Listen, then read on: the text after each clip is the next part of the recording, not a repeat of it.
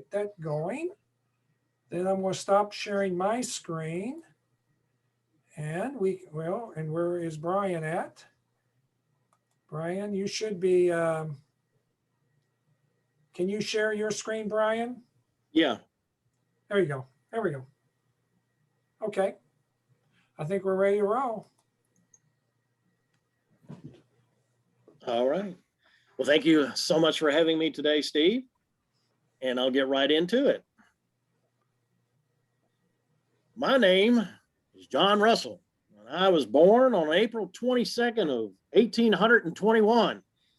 I owned a white two-story framed house which stood on the ridge south of the Mackville Road and east of the intersection. At the time of the battle, I was a prominent farmer in Perryville and owned about 150 acres of land. I was married to Frances Russell. She was about 40 years old at the time. My wife and I had 8 children. In 1862, they were Asvina. She was age 15. I had Amanda. She was age 15. Susan was age 10. And John was age 8. Waller was age 6. And George was age 4. And then our youngest was Sarah, and she was about 2 years old at the time. Also living in the house with us was Susan Bailey Laws. She was about 82 years old, and she was my wife's mother. Also living in the house was Ashbury May. He was about 18 years old, and he was working as a farmhand. He was also the fiance of my daughter, Asfina. Now, the value of my real estate at the time was valued at about $2,000, which is about today $51,000. My personal property was valued at about $1,000, which is equivalent to $40,000 today. I owned no slaves and was loyal to the United States and hoped for only success for the Union Army.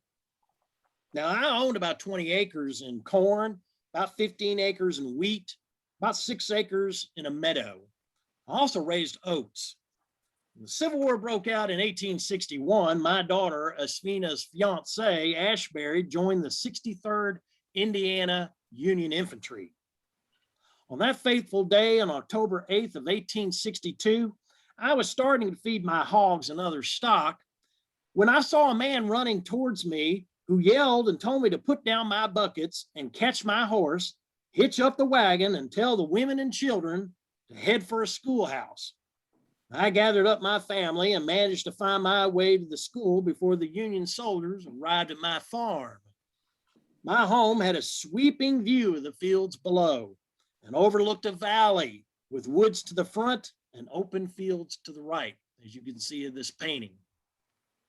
From the reports I have read about the battle and talking with veterans who had visited the battlefield after the war, I'll give you a brief breakdown of the battle on my property. Here. At about 4 p.m., Union General Alexander McCook, commander of the 1st Corps, under Union General Don Carlos Buell's Army of the Ohio, along with his 3rd Division commander, Union General Lavelle Rousseau, arrived at my home. Both generals agreed to form William Lytle and Leonard Harris's brigade into a line of battle anchored on my house and commanding the heights. The brigades ran in a north-south direction, almost parallel to the Benton Road. General McCook ordered Captain Cyrus Loomis's 1st Michigan Battery from the crossroads and placed them about 500 yards to the rear of my house. The 10th Indiana Infantry moved forward into the woods and down to Doctors Creek. Rousseau sent the 42nd Indiana down the hill to support Captain Hotchkiss's battery. Captain Hotchkiss battery was located about two of his howitzer cannons behind my house. Peter Simonson's Union battery was moved across the Mackville Road and on a small hill south of my house. Now, during the fighting, Captain Calvert's battery of Confederate General Patrick Cleburne's brigade exchanged fire with Captain Peter Simonson's battery, and one of Simonson's limber chests was hit by a shell. Shells began to shower all over my house. The Confederates marched right for my house. The 1st Regiment of the Engineers and Mechanics were ordered to take a position across a double-lane worm fence in front of my house to stop the enemy's advance.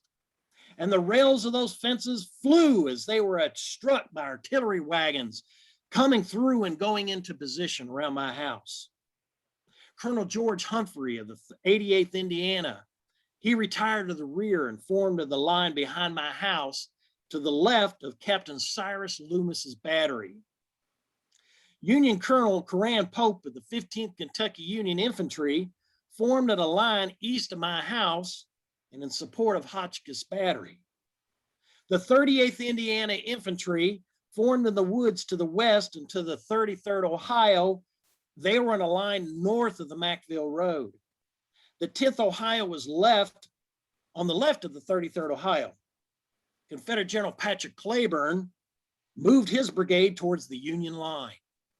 At the far side of the rail fence, the 10th Ohio and the 33rd Ohio opened fire, along with the 42nd Indiana Infantry. Confederate General Adams' brigade, to the left of Cleburne, moved slowly through the woods through my house. At 5:15 p.m., the sun began to set upon the battlefield. Cleburne's men and General Sterling Wood's brigades were still engaged on the General Alexander McCook's right. Union General Lavelle Rousseau formed a line of battle. Union General John Starkweather patched together his regiments, and along with Stone and Bush's battery, which were about 250 yards from the Dixville Crossroads, Cleburne, who was on Wood's left, held his ground. Union General Leonard Harris ordered the 33rd Ohio and the 10th Ohio to fall back.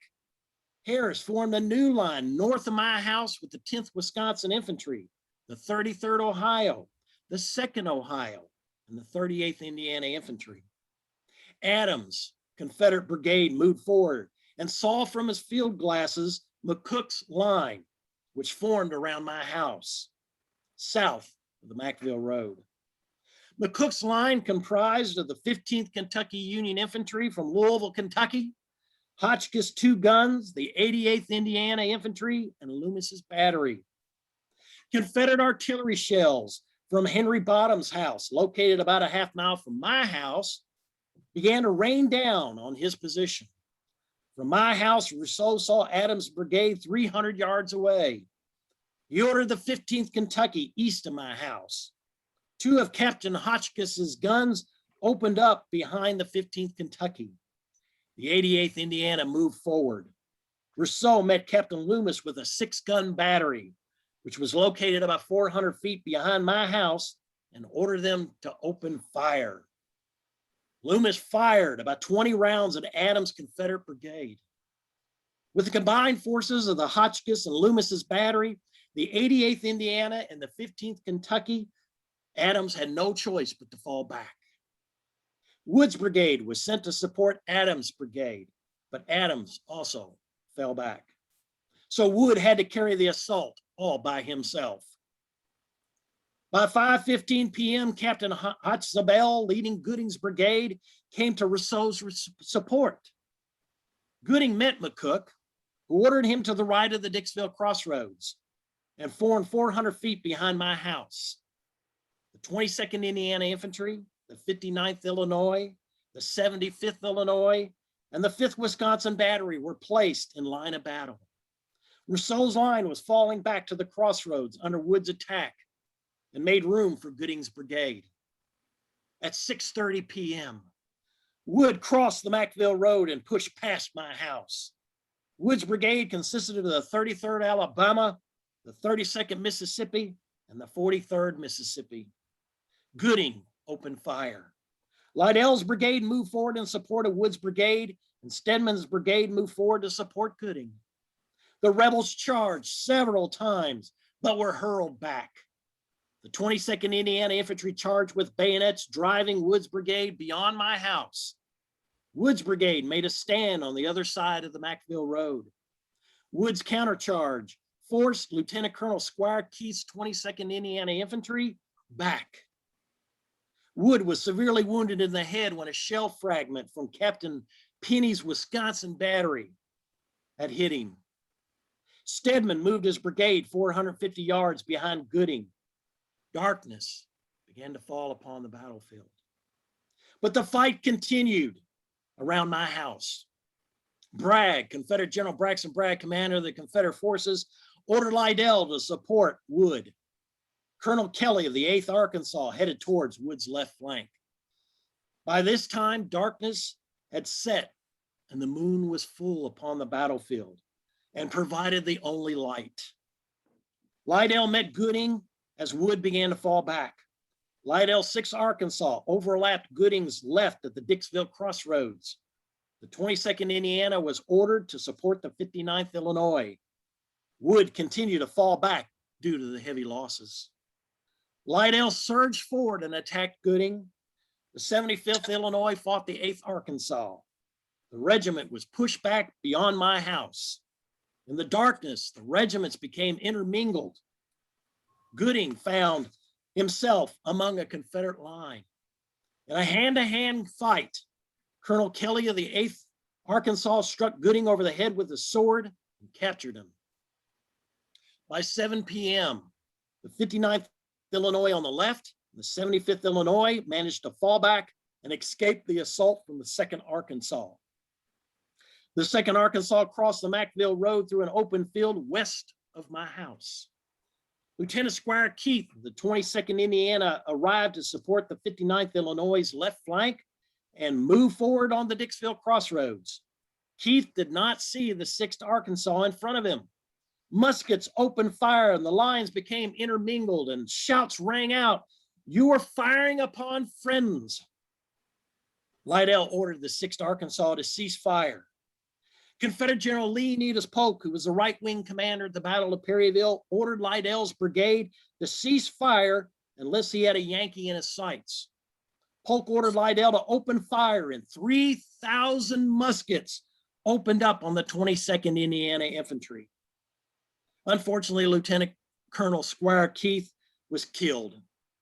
The 22nd Indiana lost over 60% of their regiment, which was the highest loss for any regiment at Perryville and the highest percent for any regiment during the Civil War for a single day. Keith started with 300 men, but after Liddell's attack, he lost 49 killed, 87 wounded, 23 missing. The 22nd fell in line with the 59th and the 75th Illinois.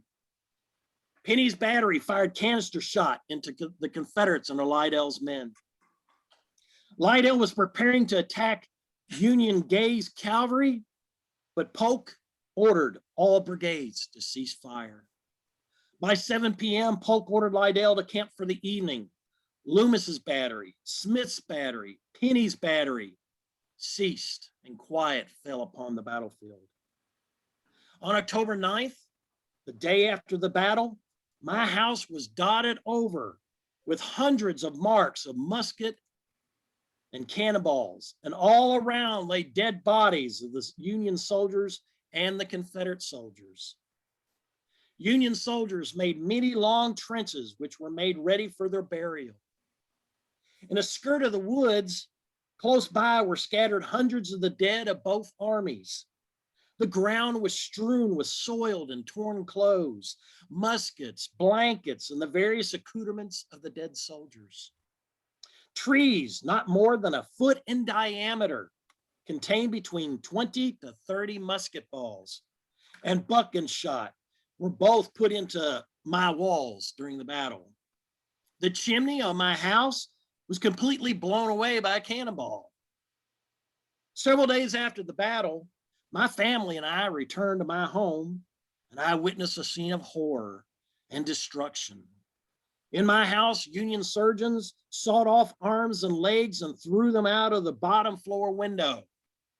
Asfina, my daughter, assumed the duty of carrying away the arms and the legs. She used a pitchfork to pick up the limbs. She carried them away 2 or 3 wagon loads of body parts. She used a plow to bury the limbs in a ditch, which was located between my house and the Overstreet farm, which was right across the road. Asfina sat down on a log to rest And when she looked down, there was a wounded soldier.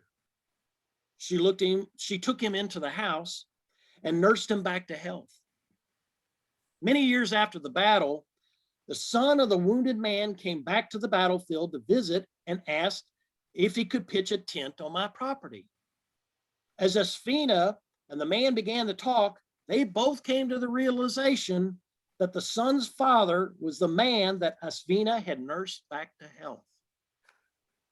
For 17 days, my house was used as a field hospital, and the Army used or destroyed everything on my farm, including 30 cords of wood, 40 barrels of corn, 2,000 bundles of wheat, 1,000 pounds of hay, and 4 horses, which were valued at about $845. The corn was taken away from my field. Union General Joshua Seals' division burned 100 panels of my rail fence, using them as firewood. My wife, Frances, well, she had a lot of fine walnut and mahogany furniture, but every piece was destroyed. The furniture had been used as firewood, and the drawers out from the hutches, they were used to feed the horses. All her chests full of sheets, table covers, pillow slips, and many other linens, along with homespun heirlooms, were literally torn apart and used by the doctors as bandages. The window lighters were all broken out. The Union Army gave me no receipts or vouchers to me for everything they took from my farm. When my family returned to the house, Susan Bailey Laws, remember she was my mother-in-law? Well, she was sick from exposure to the cold. And since a snowstorm fell in Perryville several days after the battle, she became ill and never recovered and died in the winter of 1862. In 1884, I filed a war claim for the damages resulting from the Battle of Perryville. I was informed by the Quartermaster General that my claim of $845 was not allowed. He decided that I was unable to convince the Union government that my stores were actually used or taken by the Union Army. H.P. Bottom, my neighbor down the road, along with David Wilkinson, who owned a farm in front of me, he was actually one of my brother-in-laws, and myself buried the Union and Confederate bodies in 20 trenches, containing between 5 to 29 bodies each, for a total of about 322 bodies. There were also 8 hospital trenches containing between 15 to 55 bodies each, totaling about 260. When the rain would fall upon the house, the floors were made of ash in the upstairs and the downstairs. They would turn a dark blood red color. Somehow the blood from the amputations remained in the house and continued to bleed red. Years after the battle, Hayes May, that is the son of Ashbury May, well, he was plowing one day and dug up a shallow grave. The skull, the bayonet, and the rifle and part of the uniform were all lying in the grave. Hayes May put his fingers into the eyes of the skull and his thumb in the nose and took the skull to his father, Ashbury, and asked, "Daddy, what the heck is this?" The remains were taken by Hayes Mays and his father to be properly buried. In 1867, Union General George Thomas ordered the Union dead, which were buried in trenches around Perryville, dug up and moved to Peters Hill on the Springfield Turnpike in the Perryville National Cemetery. The Union soldiers that were buried on my farm were also reinterred to the Perryville National Cemetery. Colonel Edmund Whitman was given the task of finding the Union graves so they could be interred in the Perryville National Cemetery. He gave very detailed notes on where the Union graves were buried around my house. He found actually one of the trenches had about 15 or 20 bodies northwest of my house. He found other trenches containing bodies from the 98th Ohio Infantry, the 22nd Indiana Infantry, and he also found other bodies scattered throughout across the road and all around my house.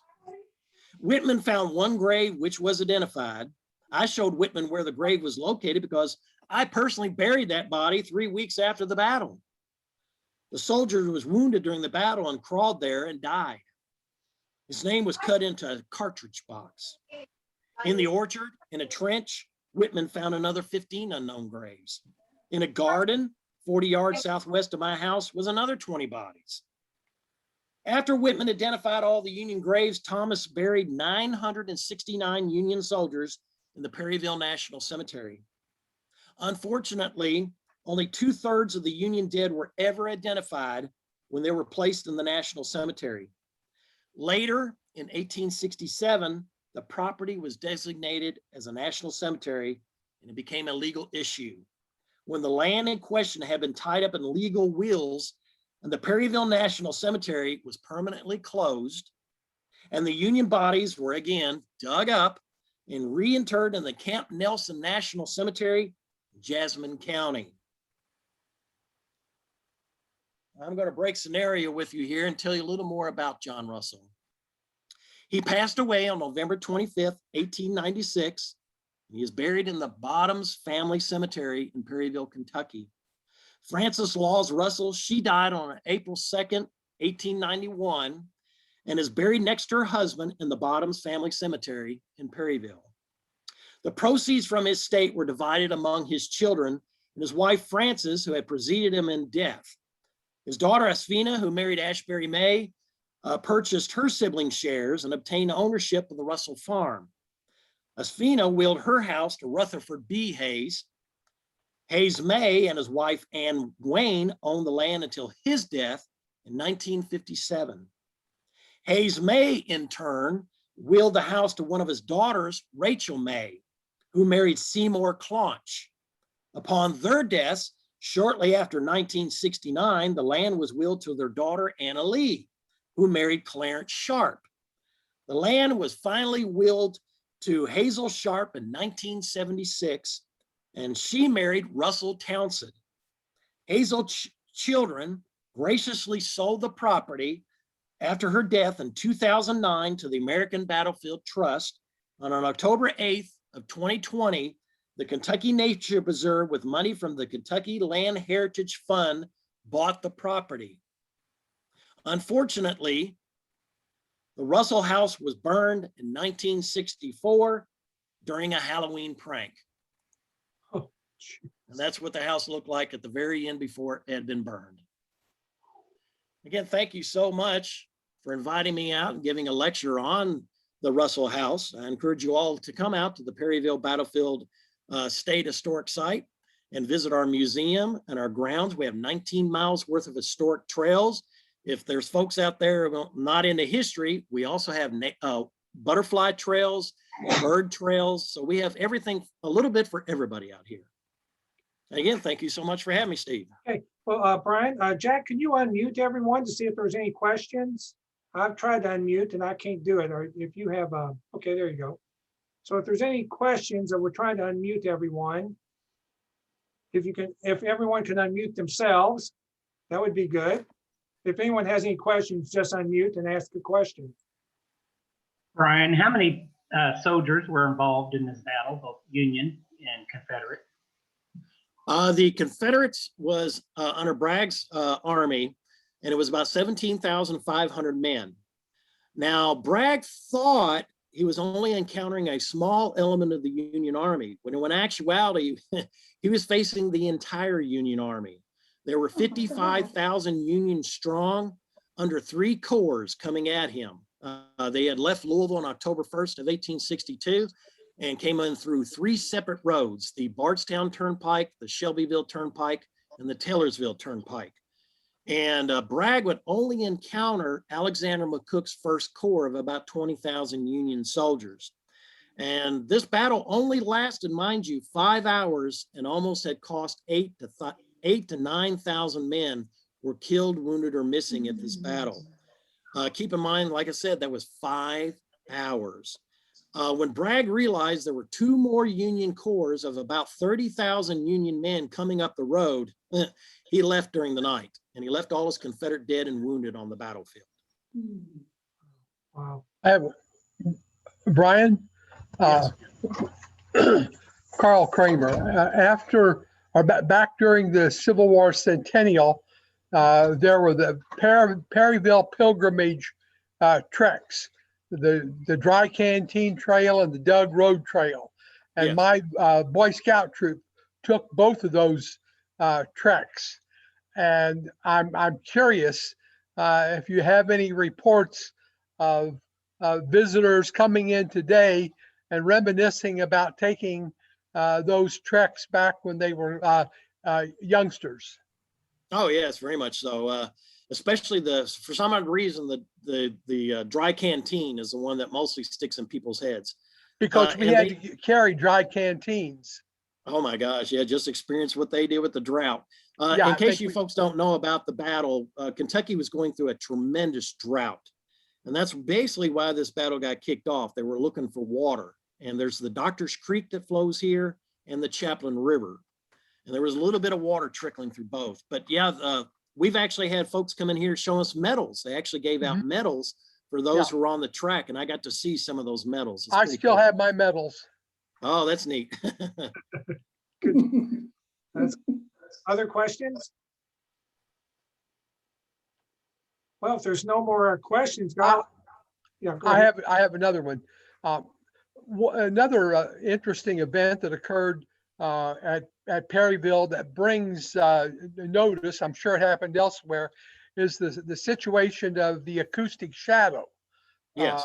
Where troops in close proximity of each other didn't hear the battle going on, and troops otherwise that might have been 20 miles apart heard the action because of the acoustic shadow. Would you mind explaining that situation, how it affected the battle?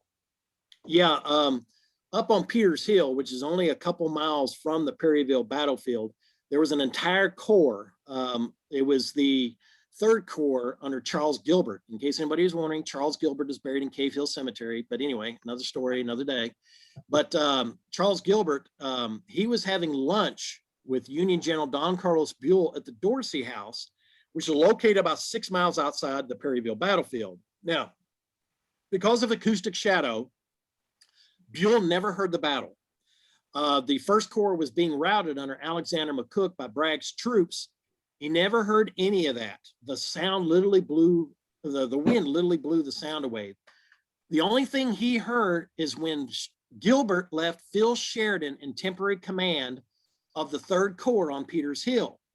Phil Sheridan fired his cannons when he saw Daniel Adams' Confederate brigade going across the field. That is the only thing Don Carlos Buell heard. He sent up Charles Gilbert to go talk to Phil Sheridan. Gilbert came up to Phil Sheridan and said, "Did your commanding officer tell you not to bring on a major engagement until all his corps are up and ready," which will be tomorrow, by the way, because it's too hot and he knows the Confederates won't attack. Well, Phil Sheridan said, "Buddy, look to your left, you'll see the entire 1st Corps being routed." He said, "Well, you know what? We all do have our orders, don't we? And I order you to cease fire and stop wasting my ammunition." So 17,000 Union soldiers were on top of Peters Hill and watched the entire 1st Corps being routed. There was a newspaper reporter named Alfred Burnett, who was here at the Battle of Perryville. He reported that Don Carlos Buell was reading a book early in the morning when he returned, when Alexander McCook was being routed and sending messages into Buell telling him the army's being routed. He said he still saw Buell reading the same book because Buell never heard anything. Well, if there's not any more questions, otherwise we'll go ahead and end the. But boy, this was phenomenal, I Brian. have one more. I'm sorry, Steve. Okay. This is Last question. Okay. It will be the last one. Was John Hunt Morgan involved with this at all? No, he was not at this battle. Not There is another famous commander that was here, and that was Frank Wolford of the 1st Kentucky Cavalry, Union. There's a good friend of mine, Ronald Blair, that actually wrote a book on Colonel Frank Wolford. Yeah, Morgan was not here. Now, he did come to Perryville on his raid at one point in 1863, but yeah, he wasn't here for the battle.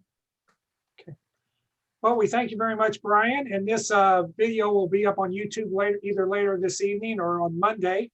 But we want to thank you for your portrayal, and I encourage all LHL members and others to visit Brian there in Perryville this summer. All right, come on down. Thank y'all very much.